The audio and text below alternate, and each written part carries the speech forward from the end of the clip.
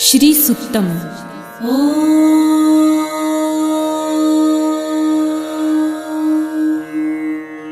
हिरण्यवर्णां हरिणीं सुवर्णरजतस्रजां चन्द्रां हिरण्मयीं लक्ष्मीं जातवेदो महावह ताम आवह जातवेदो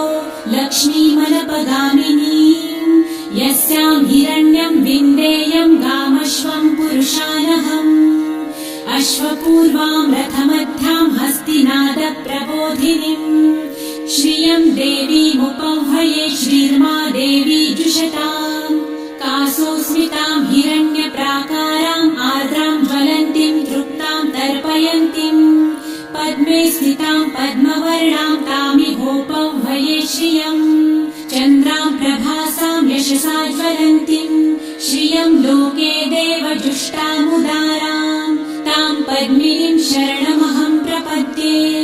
लक्ष्मीर्मे नश्यतां त्वां वृणे आदित्यवर्णे तपसोऽधिजातो वनस्पतिस्तव वृक्षोऽथ बिल्वः तस्य फलानि तपसानुदन्तु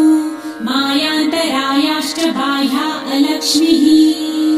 उपैतु मां देवसखः कीर्तिश्च मणिना सह प्रादुर्भूतो सुराष्ट्रेऽस्मिन् कीर्तिमृद्धिं ददातु मे शुत्वपासामलां ज्येष्ठाम् अलक्ष्मीं नाशयाम्यहम् अभूतिं समृद्धिं च सर्वानिर्णुद मे गृहात् गन्धद्वारां दुराधर्षां नित्यपुष्टां करिषिणीम् ईश्वरीं सर्वभूतानां तामिहोपह्वये श्रियम् मनसः काममाकुतिं वाचः सत्यमशीमहि पशूनां रूपमन्नस्य मयि श्रेयतां यशः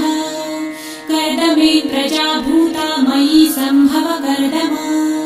श्रियं वासय मे कुले मातरं पद्ममालिनीम्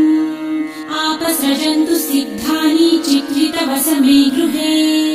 निज देवीं मातरं श्रियं वासय मे कुले आर्द्रां पुष्करिणीं पुष्टिपिङ्गलां पद्ममालिनीं चन्द्रां हिरण्मयीं लक्ष्मीं जातवेदो महावह आर्द्रां यकरिणीं यष्टिं सुवर्णां हेममालिनीं सूर्यां हिरण्मयीं लक्ष्मी जातवेदो महावह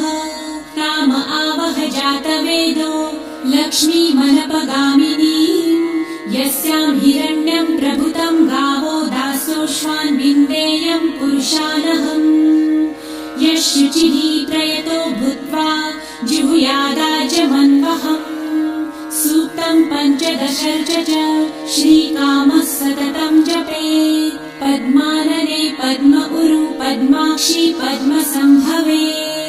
तन्मे भजसि पद्मक्षी येन सौख्यं लभाम्यहम् अश्वदायै गोदायै धनदायै महाधने धनं मे लभतां देवी सर्वकामांश्च देहि मे पद्मानने पद्मविपत्रे पद्मप्रिये पद्मदलायताक्षी विश्वप्रिये विष्णुमनोनुकूले त्वत्पादपद्मं मयि सन्निधस्त्वम् पुत्रपौत्रं धनं धान्यं हस्ताश्वादिगवेरथम्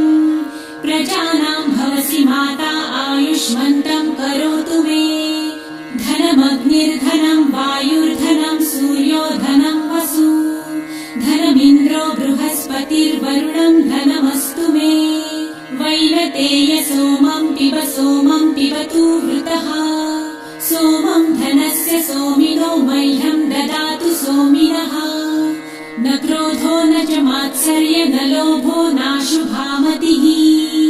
भवन्ति कृतपुण्यानां भक्तानां श्रीसूक्तं जपेत् सरसिजनिलये सरोजहस्ते धवलतरां सुखगन्धमाल्यशोभे भगवती हरिवल्लभे मनोज्ञे त्रिभुवनभूतिकरी प्रसीद मह्यम् विष्णुपत्नीं क्षमां देवी माधवी माधवप्रियां लक्ष्मीं प्रियसखीं देवीं नमाम्यच्युतवल्लभाम् महालक्ष्मीं च विद्महे विष्णुपत्नी च धीमहि तन्नो लक्ष्मी प्रचोदयात् श्रीवर्चस्वमायुष्यमारोग्यमाविधाच्छोभमानं मह्यम् प्रजायते धान्यं धनं पशुं बहुपुत्रलाभं शतसंवत्सरं दीर्घमायुः